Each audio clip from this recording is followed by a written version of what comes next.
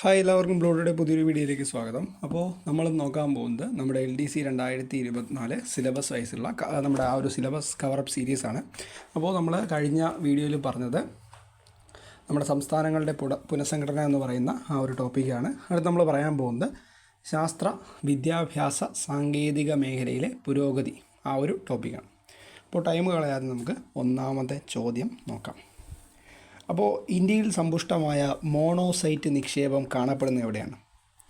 അത് പാലക്കാട്, കൊല്ലം ജില്ലകളിലാണ്. അപ്പോൾ ഇന്ത്യയിൽ സമ്പുഷ്ടമായ മോണോസൈറ്റ് നിക്ഷേപം കാണപ്പെടുന്ന എവിടെയാണ്? അത് പാലക്കാട്, കൊല്ലം ജില്ലകളിലാണ്. ഇന്ത്യയിലെ ആദ്യത്തേതും ഏറ്റവും വലുതുമായ ആണവ വൈദ്യുത നിലയം അത് താരാപൂർ ആണവ നിലയമാണ്. അപ്പോൾ ഇന്ത്യയിലെ ആദ്യത്തെയും ഏറ്റവും വലുതുമായ ആണവ നിലയം ഏതാണ്? അത് താരാപൂർ വൈദ്യുത നിലയമാണ്. താരാപൂർ ആണവ നിലയം പ്രവർത്തനം ആരംഭിച്ചത് എന്നാണ്? 1969. അപ്പോൾ താരാപൂർ ആണവ നിലയം പ്രവർത്തനം ആരംഭിച്ചതെന്നാണ്? 1969. താരാപൂർ ആണവ നിലയം സ്ഥിതി ചെയ്യുന്ന സംസ്ഥാനം ഏതാണ്? മഹാരാഷ്ട്രയാണ്. അപ്പോൾ താരാപൂർ ആണവ നിലയം സ്ഥിതി ചെയ്യുന്ന സംസ്ഥാനം എവിടെയാണ്? അത് മഹാരാഷ്ട്രയാണ്. ആണവ നിലയത്തിൽ ഉപയോഗിക്കുന്ന ഇന്ധനം ഏതാണ്? അത് സമ്പുഷ്ട യുറേനിയമാണ്. എല്ലാവർക്കും അറിയാവുന്നതാണ്. അപ്പോൾ ആണവ നിലയത്തിൽ ഉപയോഗിക്കുന്ന ഇന്ധനം ഏതാണ്? അത് സമ്പുഷ്ട യുറേനിയം. ഇന്ത്യക്ക് ഏറ്റവും കൂടുതൽ ആണവ വൈദ്യുതി വിതരണം ചെയ്യുന്ന രാജ്യം അത് റഷ്യയാണ്. അപ്പോൾ ഇന്ത്യക്ക് ഏറ്റവും കൂടുതൽ ആണവ വൈദ്യുതി വിതരണം ചെയ്യുന്ന രാജ്യം ഏതാണ്? അത് റഷ്യയാണ്. ഇന്ത്യയുടെ ആദ്യ ആണവ ഗവേഷണ നിലയം ഏതാണ്? അത് ഭാഭ അറ്റോമിക് റിസർച്ച് സെൻ്ററാണ്. അപ്പോൾ ഇന്ത്യയുടെ ആദ്യ ആണവ ഗവേഷണ നിലയം ഏതാണ്? അത് ഭാഭ അറ്റോമിക് റിസർച്ച് സെൻ്ററാണ്. അപ്പോൾ ഭാഭ അറ്റോമിക് റിസർച്ച് സെൻ്റർ സ്ഥാപിതമായ വർഷം എന്നാണ്? 1954 ജനുവരി 3. അപ്പോൾ ഭാഭ അറ്റോമിക് റിസർച്ച് സെൻ്റർ സ്ഥാപിതമായതെന്നാണ്? 1954 ജനുവരി 3. ഭാഭ അറ്റോമിക് റിസർച്ച് സെൻ്റർ ഔദ്യോഗികമായി ഉദ്ഘാടനം ചെയ്ത വർഷം എന്നാണ്? 1957 ജനുവരി 20. അപ്പോൾ ഭാഭ അറ്റോമിക് റിസർച്ച് സെൻ്റർ സ്ഥാപിതമായത് 1954 ജനുവരി 3. എന്നാൽ അത് ഉദ്ഘാടനം ചെയ്തതെന്നാണ്? 1957 ജനുവരി 20. അപ്പോൾ ഇത്രയും ചോദ്യങ്ങൾ നമുക്ക് ഒന്നുകൂടി നോക്കാം. അപ്പോൾ ഇന്ത്യയിൽ സമ്പുഷ്ടമായ മോണോസൈറ്റ് നിക്ഷേപം കാണപ്പെടുന്ന എവിടെയാണ്? അത് പാലക്കാട്, കൊല്ലം ജില്ലകളിലാണ്. അത് കഴിഞ്ഞ് നമ്മൾ പറഞ്ഞത് ഇന്ത്യയിലെ ആദ്യത്തേതും ഏറ്റവും വലുതുമായ ആണവ വൈദ്യുത നിലയം അത് താരാപൂർ ആണവ വൈദ്യുത നിലയമാണ്. താരാപൂർ ആണവ വൈദ്യുത നിലയം പ്രവർത്തനം ആരംഭിച്ചതെന്നാണ്? അത് 1969. താരാപൂർ ആണവ നിലയം സ്ഥിതി ചെയ്യുന്ന സംസ്ഥാനം എവിടെയാണ്? അത് മഹാരാഷ്ട്രയാണ്. ആണവ നിലയത്തിൽ ഉപയോഗിക്കുന്ന ഇന്ധനം അത് യുറേനിയമാണ്. ഇന്ത്യക്ക് ഏറ്റവും കൂടുതൽ ആണവ വൈദ്യുതി വിതരണം ചെയ്യുന്ന രാജ്യം അത് റഷ്യയാണ്. ഇന്ത്യയുടെ ആദ്യ ആണവ ഗവേഷണ നിലയം അത് ഭാഭ അറ്റോമിക് റിസർച്ച് സെൻ്ററാണ്. അപ്പോൾ ഭാഭ അറ്റോമിക് റിസർച്ച് സെൻ്റർ സ്ഥാപിതമായതെന്നാണ്? 1954. എന്നാൽ ഇത് ഉദ്ഘാടനം ചെയ്തെന്നാണ്? 1957. അപ്പോൾ ഉദ്ഘാടനം ചെയ്ത വ്യക്തി ആരാണ്? നമ്മുടെ ജവഹർലാൽ നെഹ്റുവാണ്. അപ്പോൾ ഭാഭ അറ്റോമിക് റിസർച്ച് സെൻ്റർ 1954 എന്ത് ചെയ്തു? സ്ഥാപിതമായി. എന്നാൽ ഉദ്ഘാടനം ചെയ്തത് നമ്മുടെ ജവഹർലാൽ നെഹ്റു ഉദ്ഘാടനം ചെയ്തതെന്നാണ്? 1957. അടുത്ത ചോദ്യം, അറ്റോമിക് എനർജി കമ്മീഷൻ നിലവിൽ വന്ന വർഷം? നമ്മുടെ ഇന്ത്യക്ക് സ്വാതന്ത്ര്യം കിട്ടി തൊട്ടടുത്ത വർഷം 1948. അപ്പോൾ നമ്മുടെ അറ്റോമിക് എനർജി കമ്മീഷൻ നിലവിൽ വന്ന വർഷം എന്നാണ്? 1948. അറ്റോമിക് എനർജി കമ്മീഷൻ്റെ ആദ്യ ചെയർമാൻ ആരാണ്? ഡോക്ടർ ഹോമി ജെ ഭാഭയാണ്. അപ്പോൾ അറ്റോമിക് എനർജി കമ്മീഷൻ്റെ ആദ്യ ചെയർമാൻ ആരാണ്? അത് ഡോക്ടർ ഹോമി ജെ ഭാഭയാണ്. ആണവോർജ വകുപ്പ് നിലവിൽ വന്ന വർഷം എന്നാണ്? 1954. അപ്പോൾ ആണവോർജ വകുപ്പ് നിലവിൽ വന്ന എന്നാണ്? 1954 ആണവോർജ വകുപ്പ് നിലവിൽ വന്നത്. ആണവ വൈദ്യുതി ഉൽപ്പാദിപ്പിക്കുന്നതിന് ഉപയോഗിക്കുന്ന പ്രധാനപ്പെട്ട ധാതുക്കൾ ഏതൊക്കെയാണ്? യുറേനിയവും തോറിയവുമാണ്. അപ്പോൾ ആണവ വൈദ്യുതി ഉൽപ്പാദിപ്പിക്കുന്നതിന് ഉപയോഗിക്കുന്ന പ്രധാനപ്പെട്ട ധാതുക്കൾ ഏതാണൊക്കെ? യുറേനിയവും തോറിയവുമാണ്. അപ്പോൾ യുറേനിയം, തോറിയം എന്നിവ കാണപ്പെടുന്ന എവിടെയൊക്കെയാണ്? നമ്മുടെ രാജസ്ഥാനിലെ ആരവല്ലി പർവ്വതനിരകളിലും പിന്നെ ജാർഖണ്ഡിലും. അപ്പോൾ യുറേനിയം, തോറിയം എന്നിവ കാണപ്പെടുന്ന എവിടെയൊക്കെയാണ്? ജാർഖണ്ഡിലും രാജസ്ഥാനിലെ ആരവല്ലി പർവ്വത നിരകളിലും. അപ്പോൾ ഇത്രയും ചോദ്യങ്ങൾ ഒന്നുകൂടി പറയാം. അപ്പോൾ അറ്റോമിക് എനർജി കമ്മീഷൻ എന്നാണ് 1948 നിലവിൽ വന്നു. അറ്റോമിക് എനർജി കമ്മീഷൻ്റെ ആദ്യ ചെയർമാൻ ആരാണ്? അത് ഡോക്ടർ ഹോമി ജെ ഭാഭയാണ്. ആണവോർജ്ജ വകുപ്പ് എന്ന് നിലവിൽ വന്നു 1954 നിലവിൽ വന്നു. ആണവ വൈദ്യുതി ഉൽപ്പാദിപ്പിക്കുന്നതിന് ഉപയോഗിക്കുന്ന പ്രധാന ധാതുക്കൾ ഏതൊക്കെയാണ്? അത് യുറേനിയവും തോറിയവുമാണ്. യുറേനിയം, തോറിയം എന്നിവ കാണപ്പെടുന്നത് എവിടെയാണ്? അത് ജാർഖണ്ഡിലും രാജസ്ഥാനിലെ ആരവല്ലി പർവ്വത നിരകളിലും. അടുത്ത ചോദ്യം, ഭാഭ അറ്റോമിക് റിസർച്ച് സെൻറ്ററിൻ്റെ ആദ്യ ചെയർമാൻ ആരാണ്?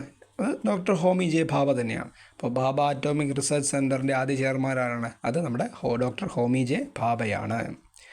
ഇന്ത്യയിലെ ആദ്യത്തെ ആണവ റിയാക്ടർ ട്രോംബയിൽ സ്ഥിതി ചെയ്യുന്ന അപ്സരയാണ്. അപ്പോൾ ഇന്ത്യയിലെ ആദ്യത്തെ ആണവ റിയാക്ടർ ഏതാണ്? അത് അപ്സരയാണ്.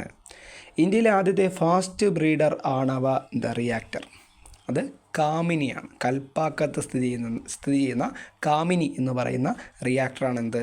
ഇന്ത്യയിലെ ആദ്യത്തെ ഫാസ്റ്റ് ബ്രീഡർ ആണവ റിയാക്ടർ. ഏതാണ്? കാമിനി. ഇന്ത്യയിൽ ന്യൂക്ലിയർ പവർ കോർപ്പറേഷൻ നിലവിൽ വന്നതെന്നാണ്? 1987. അപ്പോൾ ഇന്ത്യയിൽ ന്യൂക്ലിയർ പവർ കോർപ്പറേഷൻ നിലവിൽ വന്നതെന്നാണ്? 1987. കൂടംകുളം ആണവ നിലയം സ്ഥിതി ചെയ്യുന്ന എവിടെയാണ്? തമിഴ്നാട്ടിലെ തിരുനെൽവേലി ജില്ലയിലാണ്. അപ്പോൾ കൂടംകുളം ആണവ നിലയം എവിടെ സ്ഥിതി ചെയ്യുന്നു? തമിഴ്നാട്ടിലാണ്. എവിടെയാണ്? തിരുനെൽവേലി ജില്ലയിലാണ്. കൂടംകുളം ആണവ നിലയം നിർമ്മിക്കാൻ ഇന്ത്യയെ സഹായിച്ച വിദേശ രാജ്യം അത് റഷ്യയാണ്. അപ്പോൾ കൂടംകുളം ആണവ നിലയം നിർമ്മിക്കാൻ ഇന്ത്യയെ സഹായിച്ച വിദേശ രാജ്യം ഏതാണ്? അത് റഷ്യയാണ്. കൂടംകുളം ആണവ നിലയത്തിനെതിരെ പോരാടിയ സമര നായകൻ ആരാണ്? SP ഉദയകുമാറാണ്. അപ്പോൾ കൂടംകുളം ആണവ നിലയം നിർമ്മിക്കാൻ ഇന്ത്യയെ സഹായിച്ചത് റഷ്യയാണ്. എന്നാൽ കൂടംകുളം ആണവ നിലയത്തിന് എതിരെ പോരാടിയ സമര നായകനാരാണ്? അത് SP ഉദയകുമാറാണ്. ഫ്രാൻസിൻ്റെ സഹായത്തോടെ ഇന്ത്യയിൽ നിർമ്മിക്കുന്ന ആണവ നിലയം അത് ജയ്ദാപൂർ ആണവ നിലയമാണ്. അപ്പോൾ ഫ്രാൻസിൻ്റെ സഹായത്തോടെ ഇന്ത്യയിൽ നിർമ്മിച്ച ആണവ നിലയം ഏതാണ്? അത് ജയ്ദാപൂർ ആണവ നിലയം. അപ്പോൾ ജയ്ദാപൂർ ആണവ നിലയം എവിടെ സ്ഥിതി ചെയ്യുന്നു? അത് മഹാരാഷ്ട്രയിലാണ് സ്ഥിതി ചെയ്യുന്നത്. അപ്പോൾ ജയ്ദാപൂർ ആണവ നിലയം ഫ്രാൻസിൻ്റെ സഹായത്തോടു കൂടി ഇന്ത്യയിൽ എവിടെ സ്ഥിതി ചെയ്യുന്നു? മഹാരാഷ്ട്രയിൽ സ്ഥിതി ചെയ്യുന്നു. അപ്പോൾ നമ്മൾ ഈ ഒരു പ്രധാനപ്പെട്ട ആണവ വൈദ്യുത നിലയങ്ങളും അവ സ്ഥിതി ചെയ്യുന്ന സംസ്ഥാനങ്ങളുമെന്ന് പെട്ടെന്ന് പറഞ്ഞ് പോവാം. അപ്പോൾ കൂടംകുളം ആണവ നിലയം എവിടെയാണ്? അത് തമിഴ്നാട്ടിലാണ്. കൈഗ ആണവ നിലയം എവിടെയാണ്? കർണാടകയാണ്. കക്രാപ്പാറ ആണവ നിലയം എവിടെയാണ്? ഗുജറാത്തിലാണ്. നറോറ ആണവ നിലയം അത് ഉത്തർപ്രദേശിലാണ്. കൽപ്പാക്കം ആണവ നിലയം അത് തമിഴ്നാട്ടിലാണ്. റാവത്ഭട്ട ആണവ നിലയം രാജസ്ഥാനിലാണ്. താരാപൂർ ആണവ നിലയം അത് മഹാരാഷ്ട്രയിലാണ്. ഒന്നുകൂടി പറയാം, കൂടംകുളം ആണവ വൈദ്യുത നിലയം തമിഴ്നാട്, കൈഗ കർണാടക, കാക്രാപ്പാറ ഗുജറാത്ത്, നറോറ ഉത്തർപ്രദേശ്, കൽപ്പാക്കം തമിഴ്നാട്, റാവത്ഭട്ട രാജസ്ഥാൻ, താരാപൂർ മഹാരാഷ്ട്ര. അപ്പോൾ ഇപ്പോൾ പറഞ്ഞ ചോദ്യങ്ങൾ ഒന്നുകൂടി സ്പീഡിൽ നമുക്ക് പറഞ്ഞു പോകാം. അപ്പോൾ ഭാഭ അറ്റോമിക് റിസർച്ച് സെൻറ്ററിൻ്റെ ആദ്യ ചെയർമാൻ ആരാണ്? ഡോക്ടർ ഹോമി ജെ ഭാഭയാണ്. ഇന്ത്യയിലെ ആദ്യത്തെ ആണവ റിയാക്ടർ അപ്സരയാണ്. ഇന്ത്യയിലെ ആദ്യത്തെ ഫാസ്റ്റ് ബ്രീഡർ ആണവ റിയാക്ടർ കാമിനിയാണ്. ഇന്ത്യയിൽ ന്യൂക്ലിയർ പവർ കോർപ്പറേഷൻ നിലവിൽ വന്നത് 1987. കൂടംകുളം ആണവ നിലയം സ്ഥിതി ചെയ്യുന്നത് തമിഴ്നാട് ജില്ലയിലെ തിരുനെൽവേലിയിലാണ്. കൂടംകുളം ആണവ നിലയം നിർമ്മിക്കാൻ ഇന്ത്യയെ സഹായിച്ച വിദേശ രാജ്യം റഷ്യയാണ്. കൂടംകുളം ആണവ നിലയത്തിനെതിരെ പോരാടിയ സമര നായകൻ SP ഉദയകുമാറാണ്. ഫ്രാൻസിൻ്റെ സഹായത്തോടെ ഇന്ത്യയിൽ നിർമ്മിച്ച ആണവ നിലയം ജയ്ദാപൂർ ആണവ നിലയമാണ്. എവിടെയാണ്? അത് മഹാരാഷ്ട്രയിലാണ്. പിന്നെ പറഞ്ഞത് ആണവ നിലയങ്ങളും അവ സ്ഥിതി ചെയ്യുന്ന സംസ്ഥാനങ്ങളും: കൂടംകുളം തമിഴ്നാട്, കൈഗ കർണാടക, കാക്രാപ്പാറ ഗുജറാത്ത്, നറോറ ഉത്തർപ്രദേശ്, കൽപ്പാക്കം തമിഴ്നാട്, റാവത്ഭട്ട രാജസ്ഥാൻ, താരാപൂർ മഹാരാഷ്ട്ര. അപ്പോൾ ഇത്രയും ചോദ്യങ്ങളാണ് നമ്മളിപ്പോൾ പറഞ്ഞത്. അപ്പോൾ അടുത്ത് പറയാൻ പോകുന്നത് ഇന്ത്യയിലെ ആണവ പദ്ധതികളെക്കുറിച്ചാണ്. നമ്മുടെ ഇന്ത്യയുടെ ഈ ഒരു സ്വാതന്ത്ര്യാനന്തരം നടന്ന ആണവ പദ്ധതികളെക്കുറിച്ചും അതുമായിട്ട് ബന്ധപ്പെട്ട കാര്യങ്ങളാണ് അടുത്ത് പറയാൻ പോകുന്നത്. അപ്പോൾ ഇന്ത്യയുടെ ആദ്യ ആണവ പരീക്ഷണം നടന്നതെന്നാണ്? 1974 മെയ് 18. അപ്പോൾ ഇന്ത്യയുടെ ആദ്യ ആണവ പരീക്ഷണം നടന്നതെന്നാണ്? 1974 മെയ് 18. ഇന്ത്യയുടെ ആദ്യ ആണവ പരീക്ഷണം നടന്നത് എവിടെയാണ്? രാജസ്ഥാനിലെ പൊഖ്രാനിലാണ്. അപ്പോൾ മരുഭൂമി പ്രദേശമായ ഇന്ത്യയുടെ ആദ്യ ആണവ പരീക്ഷണം നടന്നത് എവിടെയാണ്? രാജസ്ഥാനിലെ പൊഖ്രാനിലാണ് ഇന്ത്യയുടെ ആദ്യ ആണവ പരീക്ഷണം നടന്നത്. എന്നാണ്? 1974 മെയ് 18. ആദ്യ ആണവ പരീക്ഷണ സമയത്തെ ഇന്ത്യൻ പ്രധാനമന്ത്രി ഇന്ദിരാഗാന്ധിയാണ്. അപ്പോൾ ആദ്യ ആണവ പരീക്ഷണ സമയത്ത് ഇന്ത്യൻ പ്രധാനമന്ത്രി ആരാണ്? അത് ഇന്ദിരാഗാന്ധിയാണ്. ഇന്ത്യയുടെ ആദ്യ ആണവ പരീക്ഷണ സമയത്ത് നൽകിയ രഹസ്യനാമം ബുദ്ധൻ ചിരിക്കുന്നു. അപ്പോൾ ഇന്ത്യയുടെ ആദ്യ ആണവ പരീക്ഷണത്തിന് നൽകിയ രഹസ്യനാമം എന്താണ്? ബുദ്ധൻ ചിരിക്കുന്നു. ഇന്ത്യയുടെ ആദ്യ ആണവ പരീക്ഷണത്തിന് നേതൃത്വം നൽകിയ ശാസ്ത്രജ്ഞൻ ഡോക്ടർ രാജാ രാമണ്ണയാണ്. അപ്പോൾ ഇന്ത്യയുടെ ആദ്യ ആണവ പരീക്ഷണത്തിന് നേതൃത്വം നൽകിയ ശാസ്ത്രജ്ഞൻ ആരാണ്? അത് ഡോക്ടർ രാജാ രാമണ്ണയാണ്. ഇന്ത്യയുടെ രണ്ടാമത്തെ ആണവ പരീക്ഷണം നടന്ന വർഷം 1998. അപ്പോൾ ഇന്ത്യയുടെ രണ്ടാമത്തെ ആണവ പരീക്ഷണം നടന്ന വർഷം എന്നാണ്? 1998. അപ്പോൾ രണ്ടാം ആണവ പരീക്ഷണ സമയത്തെ ഇന്ത്യൻ പ്രധാനമന്ത്രി ആരാണ്? അത് അടൽ ബിഹാരി വാജ്പേയി ആണ്. അപ്പോൾ രണ്ടാം ആണവ പരീക്ഷണ സമയത്തെ ഇന്ത്യൻ പ്രധാനമന്ത്രി ആരാണ്? അത് അടൽ ബിഹാരി വാജ്പേയി ആണ്. ഇന്ത്യയുടെ രണ്ടാം ആണവ പരീക്ഷണത്തിന് നൽകിയ രഹസ്യനാമം അതാണ് ഓപ്പറേഷൻ ശക്തി. അപ്പോൾ ഇന്ത്യയുടെ രണ്ടാം ആണവ പരീക്ഷണത്തിന് നൽകിയ രഹസ്യനാമം എന്താണ്? ഓപ്പറേഷൻ ശക്തിയാണ്. ഇന്ത്യയുടെ രണ്ടാം ആണവ പരീക്ഷണത്തിന് നേതൃത്വം നൽകിയ ശാസ്ത്രജ്ഞൻ ഡോക്ടർ APJ അബ്ദുൽ കലാമാണ്. അപ്പോൾ ഇന്ത്യയുടെ രണ്ടാം ആണവ പരീക്ഷണത്തിന് നേതൃത്വം നൽകിയ വ്യക്തി ആരാണ്? അത് എല്ലാവർക്കും പ്രിയങ്കരനായ ഡോക്ടർ APJ അബ്ദുൽ കലാമാണ്. ഇന്ത്യൻ മിസൈൽ പദ്ധതികളുടെ പിതാവ് ആരാണ്? ഡോക്ടർ APJ അബ്ദുൽ കലാമാണ്. അപ്പോൾ ഇന്ത്യൻ മിസൈൽ പദ്ധതികളുടെ പിതാവ് എന്നറിയപ്പെടുന്ന വ്യക്തി ആരാണ്? അത് നമ്മുടെ ബഹുമാനപ്പെട്ട മുൻ രാഷ്ട്രപതിയായിരുന്ന ഡോക്ടർ APJ അബ്ദുൽ കലാമാണ്. ഇന്ത്യയിൽ സാങ്കേതിക ദിനമായി ആചരിക്കുന്നത് എന്നാണ്? അത് മെയ് 11. അപ്പോൾ ഇന്ത്യയിൽ സാങ്കേതിക ദിനമായി ആചരിക്കുന്നത് എന്നാണ്? അത് മെയ് 11. വൈദ്യുതി പ്രസരണത്തിനായുള്ള കേന്ദ്ര സർക്കാരിൻ്റെ പൊതുമേഖലാ സ്ഥാപനം അതാണ് power grid corporation of India limited. അപ്പോൾ വൈദ്യുതി പ്രസരണത്തിനായുള്ള കേന്ദ്ര സർക്കാരിൻ്റെ പൊതുമേഖലാ സ്ഥാപനം ഏതാണ്? അതാണ് power grid corporation of India limited. അന്താരാഷ്ട്ര ആണവോർജ ഏജൻസി നിലവിൽ വന്നതെന്നാണ്? 1957. അപ്പോൾ അന്താരാഷ്ട്ര ആണവോർജ ഏജൻസി നിലവിൽ വന്നതെന്നാണ്? 1957. അന്താരാഷ്ട്ര ആണവോർജ ഏജൻസിയുടെ ആസ്ഥാനം ഓസ്ട്രിയയിലെ വിയറ്റ്നയാണ്. അപ്പോൾ അന്താരാഷ്ട്ര ആണവോർജ ഏജൻസിയുടെ ആസ്ഥാനം എവിടെയാണ്? ഓസ്ട്രിയയിലെ വിയറ്റ്നയാണ്. അപ്പോൾ ഇത്രയും ചോദ്യങ്ങൾ ഒന്നുകൂടി പറയാം. അപ്പോൾ ഇന്ത്യയുടെ ആദ്യ ആണവ പരീക്ഷണം നടന്നതെന്നാണ്? 1974 മെയ് 18. ഇന്ത്യയുടെ ആദ്യ ആണവ പരീക്ഷണം നടന്ന എവിടെയാണ്? രാജസ്ഥാനിലെ പൊഖ്രാനിലാണ്. ആദ്യ ആണവ പരീക്ഷണ സമയത്തെ ഇന്ത്യൻ പ്രധാനമന്ത്രി ആരാണ്? അത് ഇന്ദിരാഗാന്ധി ആയിരുന്നു. ഇന്ത്യയുടെ ആദ്യ ആണവ പരീക്ഷണത്തിന് നൽകിയ രഹസ്യനാമം എന്താണ്? ബുദ്ധൻ ചിരിക്കുന്നു. ഇന്ത്യയുടെ ആദ്യ ആണവ പരീക്ഷണത്തിന് നേതൃത്വം നൽകിയ ശാസ്ത്രജ്ഞൻ ആരാണ്? അത് ഡോക്ടർ രാജാ രാമണ്ണയാണ്. അടുത്ത് പറഞ്ഞത് ഇന്ത്യയുടെ രണ്ടാമത്തെ ആണവ പരീക്ഷണത്തെക്കുറിച്ചാണ്. നടന്ന വർഷം എന്നാണ്? 1998. രണ്ടാം ആണവ പരീക്ഷണ സമയത്തെ ഇന്ത്യൻ പ്രധാനമന്ത്രി ആരാണ്? അത് അടൽ ബിഹാരി വാജ്പേയി ആണ്. ഇന്ത്യയുടെ രണ്ടാം ആണവ പരീക്ഷണത്തിന് നൽകിയ രഹസ്യനാമം എന്താണ്? അത് ഓപ്പറേഷൻ ശക്തി എന്നാണ്. ഇന്ത്യയുടെ രണ്ടാം ആണവ പരീക്ഷണത്തിന് നേതൃത്വം നൽകിയ ശാസ്ത്രജ്ഞൻ ഡോക്ടർ APJ അബ്ദുൽ കലാമാണ്. ഇന്ത്യൻ മിസൈൽ പദ്ധതികളുടെ പിതാവ് എന്ന് വിളിക്കുന്ന ആരെയാണ്? ഡോക്ടർ APJ അബ്ദുൽ കലാമിനെയാണ്. ഇന്ത്യയിൽ സാങ്കേതിക ദിനമായി ആചരിക്കുന്നതെന്നാണ്? അത് മെയ് 11. വൈദ്യുതി പ്രസരണത്തിനായുള്ള കേന്ദ്ര സർക്കാരിൻ്റെ പൊതുമേഖലാ സ്ഥാപനം ഏതാണ്? Power grid corporation of India limited ആണ്. അന്താരാഷ്ട്ര ആണവോർജ ഏജൻസി നിലവിൽ വന്നതെന്നാണ്? 1957. അപ്പോൾ അന്താരാഷ്ട്ര ആണവോർജ ഏജൻസിയുടെ ആസ്ഥാനം എവിടെയാണ്? ഓസ്ട്രിയയിലെ വിയറ്റ്നയാണ്. അപ്പോൾ ഇത്രയാണ് നമ്മുടെ ഇന്ത്യയുടെ ആണവ പദ്ധതികളെക്കുറിച്ച് പറഞ്ഞത്. അപ്പോൾ അടുത്ത് നമ്മൾ നോക്കാൻ പോകുന്നത് വിദ്യാഭ്യാസ മേഖലയിലെ പുരോഗതി. നമ്മളിപ്പം പറഞ്ഞ ടോപ്പിക്കിലെ അടുത്ത ടോപ്പിക്കായ ശാസ്ത്ര വിദ്യാഭ്യാസ സാങ്കേതിക മേഖലയിലെ പുരോഗതി അതാണ് നമ്മൾ നോക്കുന്നത്. അപ്പോൾ ശാസ്ത്ര സാങ്കേതിക വിദ്യ ആ ടോപ്പിക്ക് നമ്മൾ പറഞ്ഞു. അടുത്ത് നമ്മൾ നോക്കാൻ പോകുന്നത് വിദ്യാഭ്യാസ സാങ്കേതിക മേഖലയിലെ പുരോഗതിയാണ്. അപ്പോൾ ഒന്നാമത്തെ ചോദ്യം നോക്കാം. ഇന്ത്യയിൽ IIT-കൾ സ്ഥാപിതമാകാൻ കാരണമായ കമ്മിറ്റി ഏതാണ്? NR സർക്കാർ കമ്മിറ്റിയാണ്. അപ്പോൾ ഇന്ത്യയിൽ IIT-കൾ സ്ഥാപിതമാക്കാൻ കാരണമായ കമ്മിറ്റി ഏതാണ്? അത് NR സർക്കാർ കമ്മിറ്റിയാണ്. IIT-ക്ക് ആ പേര് നൽകിയ വ്യക്തി ആരാണ്? നമ്മുടെ മൗലാന അബ്ദുൽ കലാം ആസാദാണ്. അപ്പോൾ IITക്ക് ആ പേര് നൽകിയ വ്യക്തി ആരാണ്? അത് മൗലാന അബ്ദുൽ കലാം ആസാദാണ്. ഇന്ത്യയിലെ ആദ്യത്തെ IIT സ്ഥാപിതമായത് എവിടെയാണ്? പശ്ചിമ ബംഗാളിലെ ഖൊരഗ്പൂരിലാണ്. അപ്പോൾ ഇന്ത്യയിലെ ആദ്യത്തെ IIT സ്ഥാപിതമായ സ്ഥലം എവിടെയാണ്? പശ്ചിമ ബംഗാളിലെ ഖൊരഗ്പൂരിലാണ്. NCERT സ്ഥാപിതമായതെന്നാണ്? 1961. അപ്പോൾ NCERT സ്ഥാപിതമായതെന്നാണ്? 1961. ഇന്ത്യയിൽ കേന്ദ്രീയ വിദ്യാലയങ്ങൾ സ്ഥാപിതമായതെന്നാണ്? അത് 1962. അപ്പോൾ NCERT 1961 സ്ഥാപിതമായി. കേന്ദ്രീയ വിദ്യാലയങ്ങൾ സ്ഥാപിതമായതെന്നാണ്? 1962 സ്ഥാപിതമായത്. കേന്ദ്ര സർക്കാരിന് കീഴിലുള്ള സ്കൂളുകളെ നിയന്ത്രിക്കുന്ന ആരാണ്? എല്ലാവർക്കും അറിയാം, അത് CBSE ആണ്. അപ്പോൾ കേന്ദ്ര സർക്കാരിന് കീഴിലുള്ള സ്കൂളുകളെ നിയന്ത്രിക്കുന്ന ആരാണ്? അത് CBSE ആണ്. അപ്പോൾ CBSE സ്ഥാപിതമായതെന്നാണ്? അതും 1962.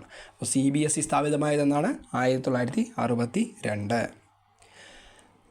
ജവഹർലാൽ നെഹ്റു സർവകലാശാല അല്ലെങ്കിൽ JNU സ്ഥാപിതമായതെന്നാണ്? 1969. ജവഹർലാൽ നെഹ്റു സർവകലാശാല അല്ലെങ്കിൽ JNU സ്ഥാപിതമായതെന്നാണ്? 1969. വിദ്യാഭ്യാസം കൺകറൻറ്റ് ലിസ്റ്റിൽ ഉൾപ്പെടുത്തിയ ഭരണഘടനാ ഭേദഗതി ഏതാണ്? എല്ലാവർക്കും അറിയാവുന്ന ഭേദഗതിയാണ് മിനി കോൺസ്റ്റിറ്റ്യൂഷൻ എന്നറിയപ്പെടുന്ന ഭേദഗതി. ഏതാണ്? 1976 42ാം ഭേദഗതിയാണ്. അപ്പോൾ വിദ്യാഭ്യാസം കൺകറൻറ്റ് ലിസ്റ്റിൽ ഉൾപ്പെടുത്തിയ ഭരണഘടനാ ഭേദഗതി ഏതാണ്? അത് 1976 42ാം ഭരണഘടനാ ഭേദഗതിയാണ്. ദേശീയ വയോജന വിദ്യാഭ്യാസ പരിപാടി ആരംഭിച്ച വർഷം? 1978. അപ്പോൾ ദേശീയ വയോജന വിദ്യാഭ്യാസ പരിപാടി ആരംഭിച്ചതെന്നാണ്? 1978. ഇന്ത്യയിൽ വിദ്യാഭ്യാസത്തിൻ്റെ ചുമതല വഹിക്കുന്നത് ആരാണ്?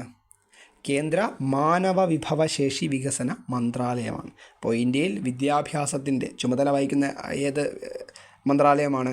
കേന്ദ്ര മാനവ വിഭവശേഷി വികസന മന്ത്രാലയം. എനിക്ക് തോന്നുന്നു അതിൻ്റെ പേര് മാറി എന്നാണ് തോന്നുന്നത്. കേന്ദ്ര മാനവ വിഭവശേഷി വികസന മന്ത്രാലയം നിലവിൽ വന്നതെന്നാണ്? 1985. അപ്പോൾ കേന്ദ്ര മാനവ വിഭവശേഷി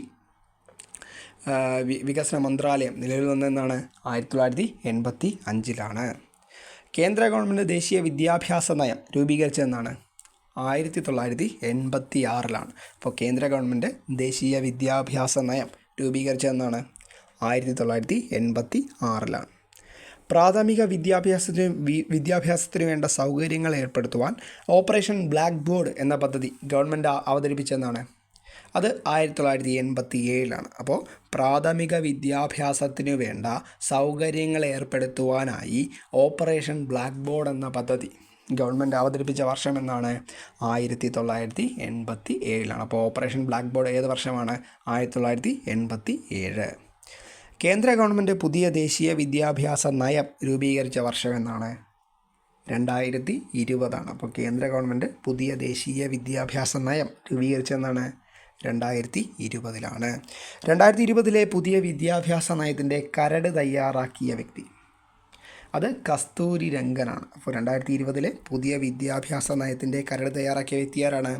അത് ഡോക്ടർ കസ്തൂരി രംഗനാണ്. വിദ്യാഭ്യാസ ആവശ്യങ്ങൾക്ക് മാത്രമായി ഇന്ത്യ വിക്ഷേപിച്ച ഭൂസ്ഥിര ഉപഗ്രഹം ഏതാണത്? അത് EduSat ആണ്. 2004 വിക്ഷേപിച്ചത്. GSAT-3 ആണ് വിക്ഷേപണ വാഹനം. അപ്പോൾ വിദ്യാഭ്യാസ ആവശ്യങ്ങൾക്ക് മാത്രമായി ഇന്ത്യ വിക്ഷേപിച്ച ഭൂസ്ഥിര ഉപഗ്രഹം ഏതാണ്? അത് EduSat ആണ്. എന്ന് വിക്ഷേപിച്ചു? 2004 വിക്ഷേപിച്ചു. അപ്പോൾ ഇത്രയും ചോദ്യങ്ങൾ ഒന്നുകൂടി പറയാം. ഇന്ത്യയിൽ IITകൾ സ്ഥാപിതമാകാൻ കാരണമായ കമ്മിറ്റി NR സർക്കാർ കമ്മിറ്റിയാണ്. IITക്ക് ആ പേര് നൽകിയ വ്യക്തി ആരാണ്? അത് മൗലാന അബ്ദുൽ കലാം ആസാദാണ്. ഇന്ത്യയിലെ ആദ്യത്തെ IIT സ്ഥാപിതമായ സ്ഥലം എവിടെയാണ്? പശ്ചിമ ബംഗാളിലെ ഖൊരഗ്പൂരിലാണ്. NCERT സ്ഥാപിതമായ വർഷം എന്നാണ്? 1961. ഇന്ത്യയിൽ കേന്ദ്രീയ വിദ്യാലയങ്ങൾ സ്ഥാപിതമായതെന്നാണ്? അത് 1962. അത് പറയാൻ മറന്നുപോയി. ഈ കേന്ദ്രീയ വിദ്യാലയങ്ങൾ ആരംഭിക്കാൻ മുൻകൈ എടുത്ത വ്യക്തി ആരാണ്? അത് നമ്മുടെ മലയാളിയായ മുമ്പ് പ്രതിരോധ മന്ത്രിയായിരുന്ന VK കൃഷ്ണമേനോനാണ്. കേന്ദ്ര സർക്കാരിന് കീഴിലുള്ള സ്കൂളുകളെ നിയന്ത്രിക്കുന്നവരാണ്? അത് CBSE ആണ്. CBSE സ്ഥാപിതമായതെന്നാണ്? 1962 ജവഹർലാൽ നെഹ്റു സർവകലാശാല JNU സ്ഥാപിതമായതെന്നാണ് 1969. വിദ്യാഭ്യാസം കൺകറന്റ് ലിസ്റ്റിൽ ഉൾപ്പെടുത്തിയ ഭരണഘടനാ ഭേദഗതി ഏതാണ്? മിനി കോൺസ്റ്റിറ്റ്യൂഷൻ എന്നറിയപ്പെടുന്ന 1976 42ാം ഭേദഗതി. ദേശീയ വയോജന വിദ്യാഭ്യാസ പരിപാടി ആരംഭിച്ചതെന്നാണ്? അത് 1978. ഇന്ത്യയിൽ വിദ്യാഭ്യാസത്തിൻ്റെ ചുമതല വഹിക്കുന്നത് ആരാണ്? കേന്ദ്ര മാനവ വിഭവശേഷി വികസന മന്ത്രാലയമാണ്. കേന്ദ്ര മാനവ വിഭവശേഷി വികസന മന്ത്രാലയം നിലവിൽ വന്നതെന്നാണ്?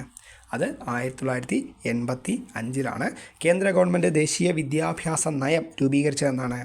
1986.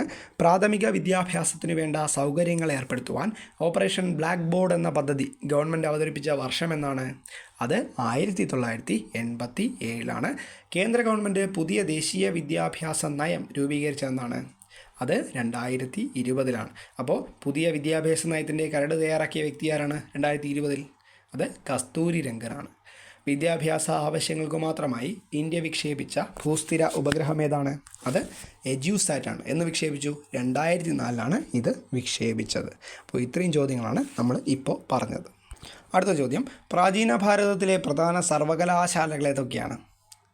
വിക്രമശില, തക്ഷശില, നളന്ദ. അപ്പോൾ പ്രാചീന ഭാരതത്തിലെ പ്രധാന സർവകലാശാലകൾ ഏതൊക്കെയായിരുന്നു? വിക്രമശിലയുണ്ടായിരുന്നു, തക്ഷശിലയുണ്ടായിരുന്നു, നളന്ദയുണ്ടായിരുന്നു. വിക്രമശില സ്ഥാപിച്ച വ്യക്തി ആരാണ്? ധർമ്മപാലനാണ്. അപ്പോൾ വിക്രമശില സ്ഥാപിച്ച വ്യക്തി ആരാണ്? അത് ധർമ്മപാലനാണ്. തക്ഷശില സർവകലാശാല സ്ഥിതി ചെയ്യുന്ന എവിടെയാണ്? അത് നമ്മുടെ ഇന്ത്യയിലല്ല, പാകിസ്ഥാനിലെ റാവൽപിണ്ടിയിലാണ്. അപ്പോൾ തക്ഷശില സർവകലാശാല സ്ഥിതി ചെയ്യുന്ന എവിടെയാണ്? പാകിസ്ഥാനിലെ റാവൽപിണ്ടിയിലാണ്. ഇന്ത്യൻ വിദ്യാഭ്യാസത്തിൻ്റെ അടിത്തറയായി കരുതപ്പെടുന്ന മെക്കാളെ മിനിറ്റ്സ് അവതരിപ്പിച്ച വ്യക്തി ആരായിരിക്കും? അത് നമ്മുടെ മെക്കാളെ പ്രഭുവാണ്. അപ്പോൾ ഇന്ത്യൻ വിദ്യാഭ്യാസത്തിൻ്റെ അടിത്തറയായി കരുതപ്പെടുന്ന മെക്കാളെ മിനിറ്റ്സ് അവതരിപ്പിച്ച വ്യക്തി ആരാണ്? അത് മെക്കാളെ പ്രഭുവാണ്. പക്ഷേ ഇത് അവതരിപ്പിച്ച വർഷം എന്നാണ്? അപ്പോഴാണ് നമുക്കൊരു ഡൗട്ട് വരുന്നത്. എന്താണ്? 1835. അപ്പോൾ മെക്കാളെ മിനിറ്റ്സ് മെക്കാളെ പ്രഭു അവതരിപ്പിച്ചു എന്ന് 1835. ഇന്ത്യയിലെ ഇംഗ്ലീഷ് വിദ്യാഭ്യാസത്തിൻ്റെ മാഗ്ന കാർട്ട ഏതാണ്? 1854 വുഡ്സ് ഡെസ്പാച്ചാണ്. അപ്പോൾ ഇന്ത്യയിലെ ഇംഗ്ലീഷ് വിദ്യാഭ്യാസത്തിൻ്റെ മാഗ്ന കാർട്ട എന്നറിയപ്പെടുന്നത് എന്താണ്? 1854 വുഡ്സ് ഡെസ്പാച്ചാണ്. ഇന്ത്യൻ ആധുനിക പാശ്ചാത്യ വിദ്യാഭ്യാസത്തിൻ്റെ പിതാവ് അത് വില്യം ബെൻഡിക്കാണ്. അപ്പോൾ ഇന്ത്യൻ ആധുനിക പാശ്ചാത്യ വിദ്യാഭ്യാസത്തിൻ്റെ പിതാവ് ആരാണ്? അത് വില്യം ബെൻഡിക്കാണ്. ഇന്ത്യയിൽ ഇംഗ്ലീഷ് വിദ്യാഭ്യാസം പ്രോത്സാഹിപ്പിച്ച ഗവർണർ ജനറൽ അതും വില്യം ബെൻഡിക്കാണ്. അപ്പോൾ ഇന്ത്യയിൽ ഇംഗ്ലീഷ് വിദ്യാഭ്യാസം പ്രോത്സാഹിപ്പിച്ച ഗവർണർ ജനറലും ഇന്ത്യൻ ആധുനിക പാശ്ചാത്യ വിദ്യാഭ്യാസത്തിൻ്റെ പിതാവും ആരാണ്? അത് വില്യം ബെൻഡിക്കാണ്. ബ്രിട്ടീഷ് ഇന്ത്യയിലെ ഭരണഭാഷ പേർഷ്യനു പകരം ഇംഗ്ലീഷ് ആക്കിയത് വില്യം ബെൻഡിക്കാണ്. അപ്പോൾ ബ്രിട്ടീഷ് ഇന്ത്യയിലെ ഭരണഭാഷ പേർഷ്യനു പകരം ഇംഗ്ലീഷ് ആക്കിയ വ്യക്തി ആരാണ്? അത് വില്യം ബെൻഡിക്കാണ്. പൗരസ്ത്യ പഠനങ്ങൾക്ക് പ്രാധാന്യം നൽകാൻ 1784 ഏഷ്യാറ്റിക് സൊസൈറ്റി ഓഫ് ബംഗാൾ സ്ഥാപിച്ചത് സർ വില്യം ജോൺസ് ആണ്. അപ്പോൾ പൗരസ്ത്യ പഠനങ്ങൾക്ക് പ്രാധാന്യം നൽകാനായിട്ട് 1784 ഏഷ്യാറ്റിക് സൊസൈറ്റി ഓഫ് ബംഗാൾ സ്ഥാപിച്ച വ്യക്തി ആരാണ്? അത് സർ വില്യം ജോൺസ് ആണ്. ബനാറസ് സംസ്കൃത കോളേജ് സ്ഥാപിച്ച വ്യക്തി ജൊനാഥൻ ഡങ്കനാണ്. അപ്പോൾ ബനാറസ് സംസ്കൃത കോളേജ് സ്ഥാപിച്ച ആരാണ്? അത് ജൊനാഥൻ ഡങ്കനാണ്. കൽക്കട്ട മദ്രസ സ്ഥാപിച്ച വ്യക്തി വാറൻ ഹേസ്റ്റിങ്സ് ആണ്. അപ്പോൾ കൽക്കട്ട മദ്രസ സ്ഥാപിച്ച വ്യക്തി ആരാണ്? അത് വാറൻ ഹേസ്റ്റിങ്സ് ആണ്. നളന്ദ സർവകലാശാല സ്ഥാപിച്ച വ്യക്തി ആരാണ്? അത് കുമാരഗുപ്തനാണ്. അപ്പോൾ നളന്ദ സർവകലാശാല എല്ലാവർക്കും അറിയാവുന്ന ഒരു കാര്യമാണ്. നളന്ദ സർവകലാശാല സ്ഥാപിച്ച വ്യക്തി ആരാണ്? അത് കുമാരഗുപ്തനാണ്. നളന്ദ സർവകലാശാല ആക്രമിച്ച് നശിപ്പിച്ച വ്യക്തി അത് ബക്തിയാർ ഖിൽജിയാണ്. അപ്പോൾ നളന്ദ സർവകലാശാല ആക്രമിച്ച് നശിപ്പിച്ച വ്യക്തി ആരാണ്? അത് ബക്തിയാർ ഖിൽജിയാണ്. നളന്ദ സർവകലാശാല സ്ഥിതി ചെയ്യുന്ന എവിടെയാണ്? ബീഹാറിലാണ് നളന്ദ സർവകലാശാല സ്ഥിതി ചെയ്യുന്നത്. അപ്പോൾ നളന്ദ സർവകലാശാല സ്ഥിതി ചെയ്യുന്ന എവിടെയാണ്? ബീഹാറിലാണ് സ്ഥിതി ചെയ്യുന്നത്. നളന്ദ സർവകലാശാലയുടെ പുനരുദ്ധാരണത്തിന് പിന്തുണ നൽകിയ രാഷ്ട്രപതി നമ്മുടെ APJ അബ്ദുൽ കലാമാണ്. അപ്പോൾ നളന്ദ സർവകലാശാലയുടെ പുനരുദ്ധാരണത്തിന് പിന്തുണ നൽകിയ രാഷ്ട്രപതി ആരാണ്? അത് APJ അബ്ദുൽ കലാമാണ്. നളന്ദ സർവകലാശാലയുടെ പുനരുദ്ധാരണത്തിന് ശേഷം പുതിയ സർവകലാശാല ആരംഭിച്ചത് 2010 അപ്പോൾ നളന്ദ സർവകലാശാലയുടെ പുനരുദ്ധാരണത്തിന് ശേഷം പുതിയ സർവകലാശാലയായിട്ട് ആരംഭിച്ചതെന്നാണ് 2010. അപ്പോൾ ആദ്യത്തെ ചാൻസലർ ആരായിരുന്നു? അത് അമർത്യ സെൻ. അപ്പോൾ ആദ്യത്തെ ചാൻസലർ ആരാണ്? നമ്മുടെ അമർത്യ സെനാണ്. നളന്ദ സർവകലാശാലയുടെ പുനരുദ്ധാരണത്തിൽ സഹകരിച്ച അന്താരാഷ്ട്ര സംഘടന ആസിയാനാണ്. അപ്പോൾ നളന്ദ സർവകലാശാലയുടെ പുനരുദ്ധാരണത്തിൽ സഹകരിച്ച അന്താരാഷ്ട്ര സംഘടന ഏതാണ്? അത് ആസിയാനാണ്. പാശ്ചാത്യ ആശയങ്ങളാൽ സ്വാധീനിക്കപ്പെട്ട ഇന്ത്യയിലെ ആദ്യത്തെ സാമൂഹിക പ്രസ്ഥാനം അത് യങ് ബംഗാൾ പ്രസ്ഥാനമാണ്. അപ്പോൾ പാശ്ചാത്യ ആശയങ്ങളാൽ സ്വാധീനിക്കപ്പെട്ട ഇന്ത്യയിലെ ആദ്യത്തെ സാമൂഹിക പ്രസ്ഥാനം ഏതാണ്? അത് യങ് ബംഗാൾ പ്രസ്ഥാനമാണ്. യങ് ബംഗാൾ പ്രസ്ഥാനം ആരംഭിച്ച വ്യക്തി ആരാണ്? അത് ഹെൻറി വിവിയൻ ഡെറോസിയോ ആണ്. അപ്പോൾ യങ് ബംഗാൾ പ്രസ്ഥാനം ആരംഭിച്ച വ്യക്തി ആരാണ്? അത് ഹെൻറി വിവിയൻ ഡെറോസിയോ ആണ്. ഇന്ത്യയിലെ ആദ്യ വനിതാ കോളേജ് ഏതാണ്? അത് ബേത്തോൺ കോളേജാണ്. അപ്പോൾ ഇന്ത്യയിലെ ആദ്യ വനിതാ കോളേജ് ഏതാണ്? അത് ബേത്തോൺ കോളേജാണ്. അപ്പോൾ ഇത്രയും ചോദ്യങ്ങൾ നമുക്കൊന്ന് റിവൈസ് ചെയ്ത് നോക്കാം. പ്രാചീന ഭാരതത്തിലെ പ്രധാന സർവകലാശാലകൾ ഏതൊക്കെയായിരുന്നു? വിക്രമശിലയുണ്ട്, തക്ഷശിലയുണ്ടായിരുന്നു, നളന്ദയുണ്ടായിരുന്നു. വിക്രമശില സ്ഥാപിച്ച വ്യക്തി ആരാണ്? അത് ധർമ്മപാലനാണ്. തക്ഷശില സർവകലാശാല സ്ഥിതി ചെയ്യുന്ന എവിടെയാണ്? പാകിസ്ഥാനിലെ റാവൽപിണ്ടിയിലാണ്. ഇന്ത്യൻ വിദ്യാഭ്യാസത്തിൻ്റെ അടിത്തറയായി കരുതപ്പെടുന്ന എന്താണ്? അത് മെക്കാളെ മിനിറ്റ്സ് ആണ്. ഈ മെക്കാളെ മിനിറ്റ്സ് അവതരിപ്പിച്ച വ്യക്തി ആരാണ്? അത് മെക്കാളെ പ്രഭുവാണ്. അവതരിപ്പിച്ച വർഷം എന്നാണ്? 1835. ഇന്ത്യയിലെ ഇംഗ്ലീഷ് വിദ്യാഭ്യാസത്തിൻ്റെ മാഗ്ന എന്നറിയപ്പെടുന്ന എന്താണ്? 1854 വുഡ്സ് ഡെസ്പാച്ച് ആണ്. ഇന്ത്യൻ ആധുനിക പാശ്ചാത്യ വിദ്യാഭ്യാസത്തിൻ്റെ പിതാവാരാണ്? അത് വില്യം ബെൻഡിക്കാണ്. ഇന്ത്യയിൽ ഇംഗ്ലീഷ് വിദ്യാഭ്യാസം പ്രോത്സാഹിപ്പിച്ച ഗവർണർ ജനറൽ അത് വില്യം ബെൻഡിക്കാണ്. ബ്രിട്ടീഷ് ഇന്ത്യയിലെ ഭരണഭാഷ പേർഷ്യനു പകരം ഇംഗ്ലീഷാക്കി മാറ്റിയത് വില്യം ബെൻഡിക്കാണ്. പൗരസ്ത്യ പഠനങ്ങൾക്ക് പ്രാധാന്യം നൽകാൻ 1784 ഏഷ്യാറ്റിക് സൊസൈറ്റി ഓഫ് ബംഗാൾ സ്ഥാപിച്ച വ്യക്തി സർ വില്യം ജോൺസ് ആണ്. ബനാറസ് സംസ്കൃത കോളേജ് സ്ഥാപിച്ച ആരാണ്? അത് ജൊനാഥൻ ഡങ്കനാണ്. കൽക്കട്ട മദ്രസ സ്ഥാപിച്ച വ്യക്തി ആരാണ്? അത് വാറൻ ഹേസ്റ്റിങ്സ് ആണ്. നളന്ദ സർവകലാശാല സ്ഥാപിച്ച വ്യക്തി ആരാണ്? കുമാരഗുപ്തനാണ്. നളന്ദ സർവകലാശാല ആക്രമിച്ച് നശിപ്പിച്ച വ്യക്തി ആരാണ്? അത് ബക്തിയാർ ഖിൽജിയാണ്. നളന്ദ സർവകലാശാല സ്ഥിതി ചെയ്യുന്ന എവിടെയാണ്? അത് ബീഹാറിലാണ്. നളന്ദ സർവകലാശാലയുടെ പുനരുദ്ധാരണത്തിന് പിന്തുണ നൽകിയ രാഷ്ട്രപതി ആരാണ്? അത് APJ അബ്ദുൽ കലാമാണ്.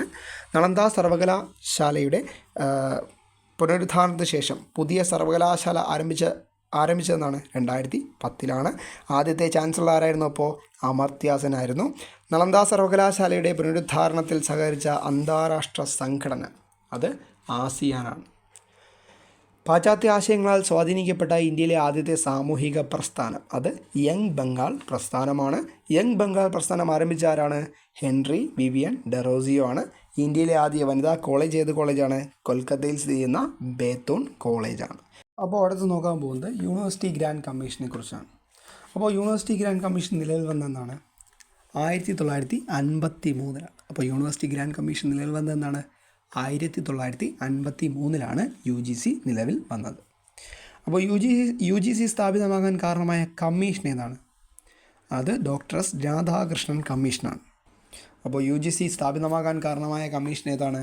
അത് ഡോക്ടർ എസ് രാധാകൃഷ്ണൻ കമ്മീഷനാണ്. UGC ഉദ്ഘാടനം ചെയ്ത വ്യക്തി ആരാണ്? മൗലാന അബ്ദുൽ കലാം ആസാദാണ്. അപ്പോൾ UGC ഉദ്ഘാടനം ചെയ്ത വ്യക്തി ആരാണ്? മൗലാന അബ്ദുൽ കലാം ആസാദ്. UGCയുടെ ആസ്ഥാനം എവിടെയാണ്? ന്യൂഡൽഹിയിലാണ്. അപ്പോൾ UGCയുടെ ആസ്ഥാനം എവിടെയാണ്? ന്യൂഡൽഹിയിലാണ് UGCയുടെ ആസ്ഥാനം സ്ഥിതി ചെയ്യുന്നത്. അപ്പോൾ UGCയുടെ ആപ്തവാക്യം എന്താണ്? അറിവാണ് മോചനം. UGCയുടെ ആപ്തവാക്യം എന്താണ്? അറിവാണ് മോചനം. സർക്കാർ അംഗീകൃത സർവകലാശാലകൾക്കും കോളേജുകൾക്കും ഫണ്ടുകൾ നൽകുന്നതാരാണ്? അത് UGC ആണ്. അപ്പോൾ UGCയുടെ ആദ്യ ചെയർമാൻ ആരായിരുന്നു? ശാന്തി സ്വരൂപ് ഭട്നഗർ ആയിരുന്നു. അപ്പോൾ UGCയുടെ ആദ്യ ചെയർമാൻ ആരായിരുന്നു? ശാന്തി സ്വരൂപ് ഭട്നഗർ. UGCയുടെ നിലവിലെ ചെയർമാൻ ആരാണ്? മമിതാല ജഗദേശ് കുമാറാണ്. അപ്പോൾ UGCയുടെ നിലവിലെ ചെയർമാൻ ആരാണ്? മമിതാല ജഗദേശ് കുമാർ. അപ്പോൾ UGCയെക്കുറിച്ച് ഒന്നുകൂടി പെട്ടെന്ന് പറയാം. യൂണിവേഴ്സിറ്റി ഗ്രാൻഡ് കമ്മീഷൻ എന്നാണ് അറിയപ്പെടുന്നത്. യൂണിവേഴ്സിറ്റി ഗ്രാൻഡ് കമ്മീഷൻ നിലവിൽ വന്നതെന്നാണ്? 1953 UGC നിലവിൽ വന്നത്. UGC സ്ഥാപിതമാകാൻ കാരണമായ കമ്മീഷൻ ഏതാണ്? ഡോക്ടർ എസ് രാധാകൃഷ്ണൻ കമ്മീഷനാണ്. UGC ഉദ്ഘാടനം ചെയ്ത വ്യക്തി ആരാണ്? അത് മൗലാന അബ്ദുൽ കലാം ആസാദാണ്. UGCയുടെ ആസ്ഥാനം എവിടെയാണ്? ന്യൂഡൽഹിയിലാണ്. UGCയുടെ ആപ്തവാക്യം എന്താണ്? അറിവാണ് മോചനം. UGCയുടെ ആദ്യ ചെയർമാൻ ആരാണ്? ശാന്തി സ്വരൂപ് ഭട്നഗറാണ്. സർക്കാർ അംഗീകൃത സർവകലാശാലകൾക്കും കോളേജുകൾക്കും ഫണ്ടുകൾ നൽകുന്ന ആരാണ്? അത് UGC ആണ്. UGCയുടെ നിലവിലെ ചെയർമാൻ ആരാണ്? അത് മമിതാല ജഗദേശ് കുമാറാണ്. അപ്പോൾ ഇത്രയാണ് UGCയെക്കുറിച്ച് നമ്മൾ പറയാൻ ഉള്ളത്. അടുത്ത് പറയേണ്ടത് നമ്മുടെ ഇന്ത്യയിലെ പ്രധാനപ്പെട്ട വിദ്യാഭ്യാസ കമ്മീഷനുകളെക്കുറിച്ചാണ്. അപ്പോൾ അതിൽ നമ്മൾ ആദ്യം നോക്കാൻ പോകുന്നത് നമ്മുടെ ഹണ്ടർ കമ്മീഷനെ കുറിച്ചാണ്. അപ്പോൾ ഹണ്ടർ കമ്മീഷനെ നിയമിച്ച വർഷം എന്നാണ്? 1882. അപ്പോൾ ഹണ്ടർ കമ്മീഷനെ നിയമിച്ചെന്നാണ്? 1882. ഇന്ത്യയിലെ ആദ്യ വിദ്യാഭ്യാസ കമ്മീഷനാണ് ഇത് നമ്മുടെ ഹണ്ടർ കമ്മീഷൻ എന്ന് പറയുന്നത്. അപ്പോൾ ഇന്ത്യയിലെ ആദ്യ വിദ്യാഭ്യാസ കമ്മീഷൻ ഏതാണ്? അതാണ് ഹണ്ടർ കമ്മീഷൻ. അപ്പോൾ ഇന്ത്യയിലെ ആദ്യ വിദ്യാഭ്യാസ കമ്മീഷനായ ഹണ്ടർ കമ്മീഷനെ നിയമിച്ച വ്യക്തി ആരാണ്? അത് റിപ്പൺ പ്രഭുവാണ്. അപ്പോൾ ഇന്ത്യയിലെ ആദ്യ വിദ്യാഭ്യാസ കമ്മീഷനായ ഹണ്ടർ കമ്മീഷനെ നിയമിച്ച വ്യക്തി ആരാണ്? അത് റിപ്പൺ പ്രഭുവാണ്. ഹണ്ടർ കമ്മീഷൻ ശുപാർശ ചെയ്തെന്താണ്? പ്രൈമറി ആൻഡ് സെക്കൻഡറി വിദ്യാഭ്യാസമാണ് നമ്മുടെ ഹണ്ടർ കമ്മീഷൻ ശുപാർശ ചെയ്തത്. അപ്പോൾ ഹണ്ടർ കമ്മീഷൻ ശുപാർശ ചെയ്തെന്നാണ്? പ്രൈമറിയും സെക്കൻഡറിയുമായിട്ടുള്ള വിദ്യാഭ്യാസത്തെയാണ് നമ്മൾ ഹണ്ടർ കമ്മീഷൻ ശുപാർശ ചെയ്തത്. അടുത്ത് പറയുന്നത് സർജ് കമ്മീഷനാണ്. അപ്പോൾ സർജൻ്റ് കമ്മീഷനെ കുറിച്ചാണ് ഇത് പറയുന്നത്. അപ്പോൾ സർജൻ്റ് കമ്മീഷൻ നിലവിൽ വന്ന വർഷം എന്നാണ്? 1944. അപ്പോൾ സർജൻ്റ് കമ്മീഷൻ നിലവിൽ വന്ന വർഷം എന്നാണ്? 1944. നമ്മുടെ ഹണ്ടർ കമ്മീഷൻ 1882. അപ്പോൾ സർജൻ്റ് കമ്മീഷൻ വന്നതെന്നാണ്? 1944. അപ്പോൾ സർജൻ്റ് കമ്മീഷൻ്റെ ശുപാർശ എന്തൊക്കെയായിരുന്നു? 6നും 14നും ഇടയിൽ പ്രായമുള്ള പെൺകുട്ടികളുടെയും ആൺകുട്ടികളുടെയും വിദ്യാഭ്യാസം സൗജന്യവും നിർബന്ധിതവും ആക്കി. അപ്പോൾ സർജൻ്റ് കമ്മീഷൻ 1944 നിലവിൽ വന്നു. എന്തൊക്കെയാണ് അത് സർജൻ്റ് കമ്മീഷൻ്റെ ശുപാർശകൾ? 6നും 14നും ഇടയിൽ പ്രായമുള്ള പെൺകുട്ടികളുടെയും ആൺകുട്ടികളുടെയും വിദ്യാഭ്യാസം എന്ത് ചെയ്തു? സൗജന്യവും നിർബന്ധിതവും ആക്കി. അടുത്ത് നോക്കാൻ പോകുന്നത് രാധാകൃഷ്ണൻ കമ്മീഷനാണ്. അപ്പോൾ രാധാകൃഷ്ണൻ കമ്മീഷൻ നിലവിൽ വന്ന എന്നാണ്? 1948-49 ആ ഒരു ടൈമിലാണ് രാധാകൃഷ്ണൻ കമ്മീഷൻ നിലവിൽ വന്നത്. രാധാകൃഷ്ണൻ കമ്മീഷൻ്റെ പ്രധാന ശുപാർശകൾ എന്തൊക്കെയായിരുന്നു? തൊഴിലധിഷ്ഠിത വിദ്യാഭ്യാസ സ്ഥാപനങ്ങൾ തുടങ്ങുക, സ്ത്രീ വിദ്യാഭ്യാസത്തിന് പ്രാധാന്യം നൽകുക, യൂണിവേഴ്സിറ്റി ഗ്രാൻഡ് കമ്മീഷൻ രൂപീകരിക്കുക. അപ്പോൾ എന്തൊക്കെയായിരുന്നു രാധാകൃഷ്ണൻ കമ്മീഷൻ്റെ ശുപാർശകൾ? തൊഴിലധിഷ്ഠിത വിദ്യാഭ്യാസ സ്ഥാപനങ്ങൾ തുടങ്ങുക, സ്ത്രീ വിദ്യാഭ്യാസത്തിന് പ്രാധാന്യം നൽകുക, യൂണിവേഴ്സിറ്റി ഗ്രാൻഡ് കമ്മീഷൻ രൂപീകരിക്കുക. പിന്നെന്തൊക്കെയാണ്? 12 വർഷത്തെ പ്രീ യൂണിവേഴ്സിറ്റി വിദ്യാഭ്യാസം നടപ്പിലാക്കുക. എന്താണ്? 12 വർഷത്തെ പ്രീ യൂണിവേഴ്സിറ്റി വിദ്യാഭ്യാസം നടപ്പിലാക്കുക. അപ്പോൾ രാധാകൃഷ്ണൻ കമ്മീഷൻ 1948-49 കാലഘട്ടത്തിലാണ് നിലവിൽ വന്നത്. നമ്മുടെ രാധാകൃഷ്ണൻ കമ്മീഷൻ്റെ ശുപാർശകൾ എന്തൊക്കെയായിരുന്നു? തൊഴിലധിഷ്ഠിത വിദ്യാഭ്യാസ സ്ഥാപനങ്ങൾ തുടങ്ങുക, സ്ത്രീ വിദ്യാഭ്യാസത്തിന് പ്രാധാന്യം നൽകുക, യൂണിവേഴ്സിറ്റി ഗ്രാൻഡ് കമ്മീഷൻ രൂപീകരിക്കുക, 12 വർഷത്തെ പ്രീ യൂണിവേഴ്സിറ്റി വിദ്യാഭ്യാസം നടപ്പിലാക്കുക. അപ്പോൾ ഇതാണ് നമ്മൾ രാധാകൃഷ്ണൻ കമ്മീഷനെ കുറിച്ച് പറയുന്നത്. അപ്പോൾ നമ്മൾ നേരത്തെ UGCയെക്കുറിച്ച് പറഞ്ഞു. UGC സ്ഥാപിതമാകാൻ കാരണമായ കമ്മീഷൻ ഏതാണ്? അത് ഡോക്ടർ എസ് രാധാകൃഷ്ണൻ കമ്മീഷനാണ്. അപ്പോൾ അടുത്ത് നോക്കാൻ പോകുന്നത് ലക്ഷ്മണസ്വാമി മുതലിയാർ കമ്മീഷനാണ്. അപ്പോൾ ലക്ഷ്മണസ്വാമി മുതലിയാർ കമ്മീഷൻ നിലവിൽ വന്ന വർഷം എന്നാണ്? 1952 ലക്ഷ്മണസ്വാമി മുതലിയാർ കമ്മീഷൻ നിലവിൽ വന്നത്. ലക്ഷ്മണസ്വാമി മുതലിയാർ കമ്മീഷൻ്റെ ശുപാർശകൾ എന്തൊക്കെയായിരുന്നു? ത്രിഭാഷാ പദ്ധതി നടപ്പിലാക്കുക, വിവിധോദ്ദേശ സ്കൂളുകൾ സ്ഥാപിക്കുക, അധ്യാപക പരിശീലന സമിതി രൂപീകരിക്കുക. അപ്പോൾ ലക്ഷ്മണസ്വാമി മുതലിയാർ കമ്മീഷൻ നിലവിൽ വന്നതെന്നാണ്? 1952. ലക്ഷ്മണസ്വാമി മുതലിയാർ കമ്മീഷൻ്റെ ശുപാർശകൾ എന്തൊക്കെയാണ്? ത്രിഭാഷാ പദ്ധതി നടപ്പിലാക്കുക, വിവിധോദ്ദേശ സ്കൂളുകൾ സ്ഥാപിക്കുക, അധ്യാപക പരിശീലന സമിതി രൂപീകരിക്കുക. അത് ലാസ്റ്റ് പറയുന്നത് കോത്താരി കമ്മീഷനെ കുറിച്ചാണ്. അപ്പോൾ കോത്താരി കമ്മീഷൻ നിലവിൽ വന്ന എന്നാണ്? 1964 കോത്താരി കമ്മീഷൻ നിലവിൽ വന്നത്. അപ്പോൾ ഹണ്ടർ കമ്മീഷൻ 1882 നിലവിൽ വന്നു. സർജൻ്റ് കമ്മീഷൻ 1944 വന്നു. രാധാകൃഷ്ണൻ കമ്മീഷൻ 1948-49 ആ ഒരു സമയത്ത് വന്നു. ലക്ഷ്മണസ്വാമി മുതലിയാർ കമ്മീഷൻ 1952 വന്നു. കോത്താരി കമ്മീഷൻ എന്ന് വന്നു 1964 വന്നു. അപ്പോൾ കോത്താരി കമ്മീഷൻ്റെ പ്രധാന ശുപാർശകൾ എന്തൊക്കെയാണ്? 10 +2 +3 വിദ്യാഭ്യാസ രീതി കൊണ്ടുവന്ന കമ്മീഷൻ ഏതാണ്? അത് കോത്താരി കമ്മീഷനാണ്. സെക്കൻഡറി തലത്തിൽ തൊഴിലധിഷ്ഠിത വിദ്യാഭ്യാസം നടപ്പിലാക്കുക എന്ന് പറയുന്ന ശുപാർശ കൊണ്ടുവന്ന കമ്മീഷൻ ഏതാണ്? അത് കോത്താരി കമ്മീഷനാണ്. ധാർമ്മിക വിദ്യാഭ്യാസത്തിന് ഊന്നൽ നൽകുക എന്ന് പറഞ്ഞ കമ്മീഷൻ ഏതാണ്? അത് കോത്താരി കമ്മീഷനാണ്. അപ്പോൾ ഇന്ത്യൻ എഡ്യൂക്കേഷൻ കമ്മീഷൻ എന്നറിയപ്പെടുന്ന കമ്മീഷൻ ഏതാണ്? അത് കോത്താരി കമ്മീഷനാണ്. അപ്പോൾ ഒന്നുകൂടി പറയാം, കോത്താരി കമ്മീഷൻ നിലവിൽ വന്നത് 1964 കോത്താരി കമ്മീഷൻ്റെ പ്രധാന ശുപാർശകൾ എന്തൊക്കെയായിരുന്നു? 10 +2 +3 വിദ്യാഭ്യാസ രീതി കൊണ്ടുവന്നു. സെക്കൻഡറി തലത്തിൽ എന്ത് ചെയ്തു? തൊഴിലധിഷ്ഠിത വിദ്യാഭ്യാസം നടപ്പിലാക്കാനുള്ള ശുപാർശ ചെയ്തു. ധാർമ്മിക വിദ്യാഭ്യാസത്തിന് ഊന്നൽ നൽകുക എന്ന് പറയുന്ന ശുപാർശ കൊണ്ടുവന്ന ഏത് കമ്മീഷനാണ്? 1964 വന്ന കോത്താരി കമ്മീഷനാണ്. അപ്പോൾ ഇന്ത്യൻ എഡ്യൂക്കേഷൻ കമ്മീഷൻ എന്നറിയപ്പെടുന്ന കമ്മീഷൻ ഏതാണ്? അത് നമ്മുടെ കോത്താരി കമ്മീഷനാണ്. അപ്പോൾ കുറച്ച് ചോദ്യങ്ങൾ നമ്മൾ ഒന്ന് നോക്കേണ്ടതുണ്ട്. അപ്പോൾ ഇത്രയും പറഞ്ഞു നമ്മൾ ഇത്രയും കമ്മീഷനെ കുറിച്ചൊന്ന് പെട്ടെന്ന് നമുക്കൊന്ന് പറഞ്ഞു പോകാം. അപ്പോൾ ഹണ്ടർ കമ്മീഷൻ എന്ന് വന്നു 1882 വന്നു. ഇന്ത്യയിലെ ആദ്യ വിദ്യാഭ്യാസ കമ്മീഷനായിരുന്നു ഇത് ഹണ്ടർ കമ്മീഷൻ. ഈ ഒരു ഹണ്ടർ കമ്മീഷനെ നിയമിച്ച വ്യക്തി ആരാണ്? അത് റിപ്പൺ പ്രഭുവാണ്. ഹണ്ടർ കമ്മീഷൻ ശുപാർശ ചെയ്തത് എന്തൊക്കെയാണ്? പ്രൈമറിയും സെക്കൻഡറിയുമായ വിദ്യാഭ്യാസം എന്ത് ചെയ്തു? ശുപാർശ ചെയ്തു. അടുത്ത് പറഞ്ഞത് സർജൻറ്റ് കമ്മീഷനെ കുറിച്ചാണ്. 1944 സർജൻറ്റ് കമ്മീഷൻ വന്നത്. 6നും 14നും ഇടയിൽ പ്രായമുള്ള പെൺകുട്ടികളുടെയും ആൺകുട്ടികളുടെയും വിദ്യാഭ്യാസം സൗജന്യവും നിർബന്ധിതവുമാക്കിയ ഏത് കമ്മീഷനാണ്? അത് സർജൻറ്റ് കമ്മീഷനാണ്. അത് കഴിഞ്ഞ് പറഞ്ഞത് രാധാകൃഷ്ണൻ കമ്മീഷനാണ്. 1948നും 49 ആ സമയത്താണ് രാധാകൃഷ്ണൻ കമ്മീഷൻ നിലവിൽ വന്നത്. അതിൻ്റെ രാധാകൃഷ്ണൻ കമ്മീഷൻ ശുപാർശകൾ എന്തൊക്കെയായിരുന്നു? തൊഴിലധിഷ്ഠിത വിദ്യാഭ്യാസ സ്ഥാപനങ്ങൾ തുടങ്ങുക, സ്ത്രീ വിദ്യാഭ്യാസത്തിന് പ്രാധാന്യം നൽകുക, യൂണിവേഴ്സിറ്റി ഗ്രാൻഡ് കമ്മീഷൻ രൂപീകരിക്കുക, 12 വർഷത്തെ പ്രീ യൂണിവേഴ്സിറ്റി വിദ്യാഭ്യാസം നടപ്പിലാക്കുക. അത് കഴിഞ്ഞ് പറഞ്ഞത് ലക്ഷ്മണസ്വാമി മുതലിയാർ കമ്മീഷനെ കുറിച്ചാണ്. എന്നാണ് വന്നത്? 1952 ലക്ഷ്മണസ്വാമി മുതലിയാർ കമ്മീഷൻ വന്നത്. ലക്ഷ്മണസ്വാമി മുതലിയാർ കമ്മീഷൻ്റെ ശുപാർശകൾ എന്തൊക്കെയായിരുന്നു? ത്രിഭാഷാ പദ്ധതി നടപ്പിലാക്കുക, വിവിധോദ്ദേശ സ്കൂളുകൾ സ്ഥാപിക്കുക, അധ്യാപക പരിശീലന സമിതി രൂപീകരിക്കുക. അത് കഴിഞ്ഞ് പറഞ്ഞത് കോത്താരി കമ്മീഷനെ കുറിച്ചാണ്. അപ്പോൾ കോത്താരി കമ്മീഷൻ നിലവിൽ വന്നതെന്നാണ് 1964 കോത്താരി കമ്മീഷൻ നിലവിൽ വന്നത്. കോത്താരി കമ്മീഷൻ്റെ പ്രധാന ശുപാർശകൾ എന്തൊക്കെയായിരുന്നു? 10 +2 +3 വിദ്യാഭ്യാസ രീതി കൊണ്ടുവന്ന ഏതാണ്? അത് കോത്താരി കമ്മീഷനാണ്.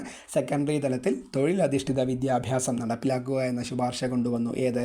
കോത്താരി കമ്മീഷൻ. ധാർമ്മിക വിദ്യാഭ്യാസത്തിന് ഊന്നൽ നൽകുക എന്ന് പറയുന്ന കമ്മീഷൻ ഏതാണ്? അത് കോത്താരി കമ്മീഷനാണ്.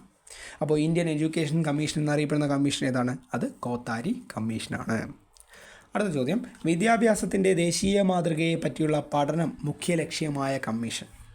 അത് DS കോത്താരി കമ്മീഷനാണ്. അപ്പോൾ വിദ്യാഭ്യാസത്തിൻ്റെ ദേശീയ മാതൃകയെ പറ്റിയുള്ള പഠനം മുഖ്യ ലക്ഷ്യമാക്കിയ കമ്മീഷൻ ഏതാണ്? അത് കോത്താരി കമ്മീഷനാണ്.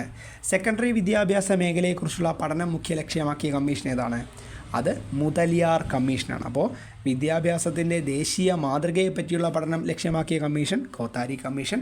സെക്കൻഡറി വിദ്യാഭ്യാസ മേഖലയെക്കുറിച്ചുള്ള പഠനം ലക്ഷ്യമാക്കിയ കമ്മീഷൻ മുതലിയാർ കമ്മീഷൻ. സർവകലാശാല വിദ്യാഭ്യാസത്തെക്കുറിച്ചുള്ള പഠനം ലക്ഷ്യമാക്കിയ കമ്മീഷൻ ഏതാണ്? അത് രാധാകൃഷ്ണൻ കമ്മീഷനാണ്. അപ്പോൾ ഒന്നുകൂടി പറയാം, വിദ്യാഭ്യാസത്തിൻ്റെ ദേശീയ മാതൃകയെ പറ്റിയുള്ള പഠനം മുന്നോട്ട് വെച്ച കമ്മീഷൻ ഏതാണ്? അത് കോത്താരി കമ്മീഷനാണ്. സെക്കൻഡറി വിദ്യാഭ്യാസ മേഖലയെക്കുറിച്ചുള്ള പഠനം അതേത് കമ്മീഷനാണ്? മുതലിയാർ കമ്മീഷനാണ്. സർവകലാശാല വിദ്യാഭ്യാസത്തെക്കുറിച്ചുള്ള പഠനം അതേത് കമ്മീഷനാണ്? അത് S രാധാകൃഷ്ണൻ കമ്മീഷനാണ്. അപ്പോൾ ഇന്ത്യയിലെ ആദ്യത്തെ സർവകലാശാല ഏതായിരുന്നു?